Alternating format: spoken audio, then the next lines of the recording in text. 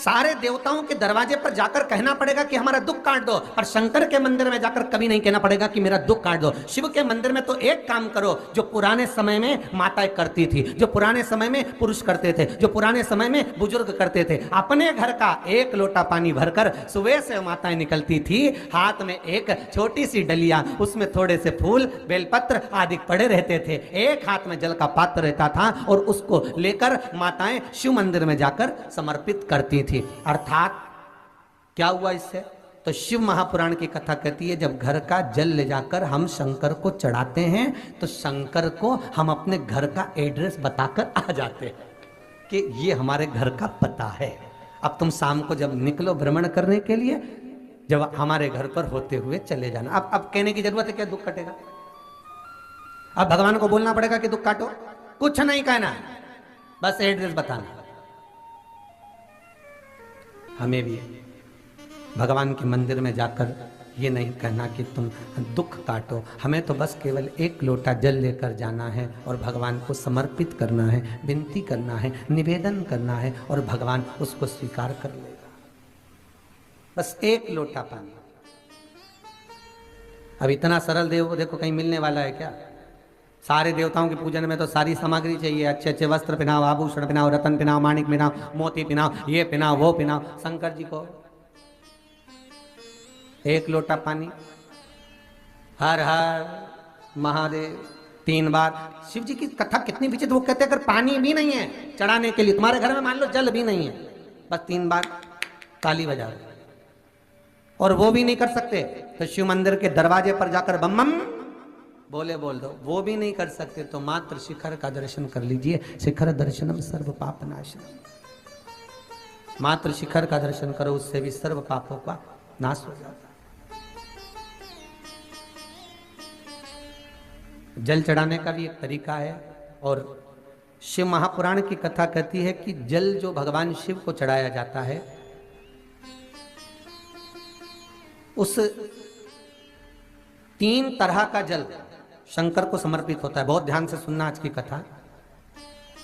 3 तरह का जल शिव को समर्पित होता है, और वो तीनों तरह के जल का अलग अलग भाव है महाराज।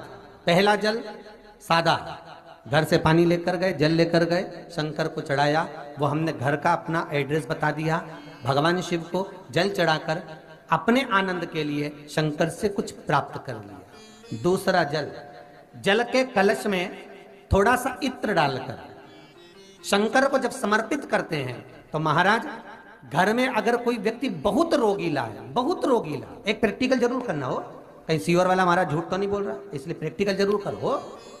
प्रैक्टिकल करने में पीछे मत हटना, और प्रैक्टिकल करने के बाद लिख के भी भेजना कि हमने करा। डरना नहीं अपने को। शिव महापुराण में, स्कंद पुराण में, नर्मदा पुराण में, भविष्य पुराण में, अग्नि पुराण में, नारद पुराण में, बरहा पुराण में, वामन पुराण में जितनी चीजें लिखी गई है एक एक प्रैक्टिकल कर कर देखो। तो शिव महापुराण, स्कंद पुराण का ये भाव याद करिए कि एक लोटे पानी में इत्र मिलाकर, जल में इत्र मिलाकर, बहुत रोगीला व्यक्ति, बहुत बीमार व्यक्ति है, एक लोटा पानी उसका हाथ का स्पर्श कराकर शंकर को चढ़ाना प्रारंभ कर दीजिए। महाराज केवल 5 या 7 दिन चढ़ाओ, और वो 7 दिन के बाद में उस बीमार व्यक्ति का क्रम देखिए कि उसमें कितना आराम लगा है। औषधि दवाई काम करना प्रारंभ करी कि ना करी। केवल इत्र समर्पित, इत्र का जल। तो पहला जल सादा, दूसरा जल है इत्र का, और महाराज तीसरा जल जो शिव महापुराण के अंतर्गत कहा गया है बेल पत्र का जल। तीसरा जो जल है वो बेलपत्र का जल। बेलपत्र का जल कैसा? तो महाराज शिव महापुराण की कथा कहती है कि जल के पात्र में एक बेलपत्र अंदर डालकर उस जल के पात्र को ले जाकर शिव को समर्पित करना, अर्थात अपनी मन की कामना भगवान शंकर से कह देना। केवल बेलपत्र के माध्यम, बोलना नहीं है हमको कुछ, हमें कुछ कहना नहीं है।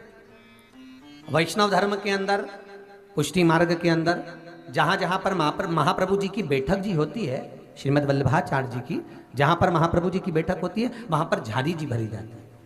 तो झारी जी जो भरते हैं, जल का पात्र जो भरते हैं झारी जी, तो उसका व्याख्यान वर्णन अगर करा जाए तो झारी जी क्यों भरी जाती है? तो श्रीमद् वल्लभाचार्य जी के जो लेख है उसमें वर्णन आता है कि परम भगवदीय वैष्णव जो महाप्रभु जी की बैठक जी पर जाता है और झारी जी जो भरता है, वो झारी जी भरने का क्रम ये रहता है कि वैष्णव जीव अपने मन की बात डायरेक्ट भगवान से नहीं कह सकता, इसलिए वैष्णव क्या करता है कि यमुना जी से कहता है। ये झारी जी जो है ये यमुना जी, तो यमुना जी को जब भरता है, झारी जी भरता है, तो अपने मन की बात वो यमुना जी से कहता है। यमुना जी से कहकर यमुना जी के भाव से श्रीमद् वल्लभाचार्य जी के सामने रख देता है। तो यमुना जी श्रीमद् वल्लभाचार्य जी को आज्ञा करती हैं कि जाओ, श्रीमद् वल्लभाचार्य जी से कहती हैं हे वल्लभ जाओ, अब ठाकुर जी से तुम कहो कि ये परम भगवदीय वैष्णव आया है और इसके मन की ये अभिलाषा है।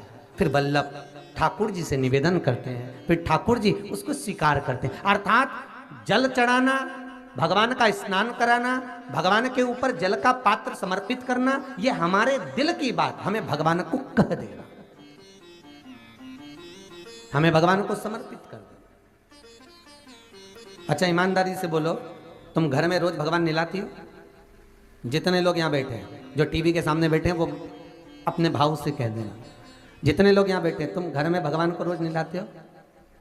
अरे बोलो तो, नहलाते हो ना रोज? तुम रोज भगवान को सुलाते हो?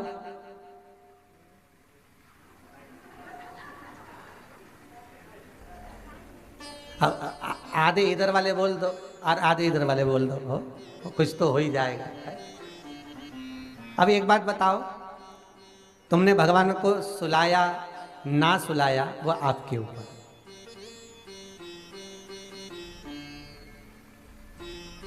तुमने भगवान को नहलाया तो रोज ना, भले सुलाया कि नहीं सुलाया वो तुम्हारी मन की बात, पर नहलाया तो रोज ना।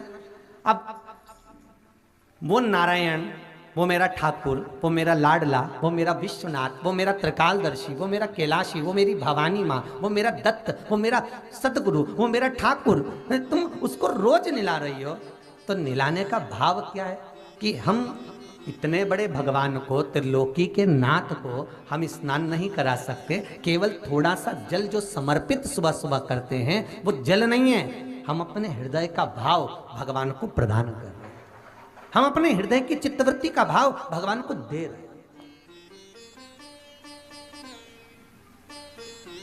हम भगवान को वो प्रदान कर दे रहे हैं कि ये आप ले लीजिए।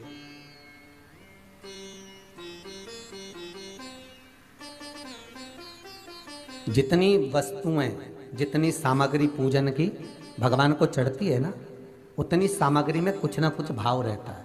बहुत ध्यान देना, जो भी सामग्री आप भगवान को चढ़ा रहे हो,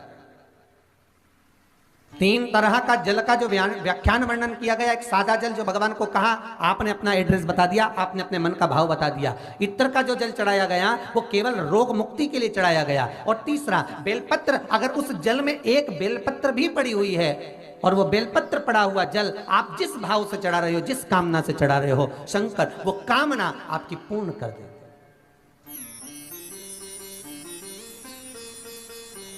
तो ब्रह्मदेव भगवान विष्णु से कह रहे हैं कि ये जो शिवलिंग प्रकट हुआ है, इसका मुख कहाँ है, इसकी आकृति कहाँ है, इसका स्वरूप कहाँ है, कहाँ इसके हाथ, कहाँ इसके पांव, कहाँ इसके चरण, कौन है? भगवान बोले तुम नहीं जान सकते ब्रह्मा, तुम नहीं जान सकते।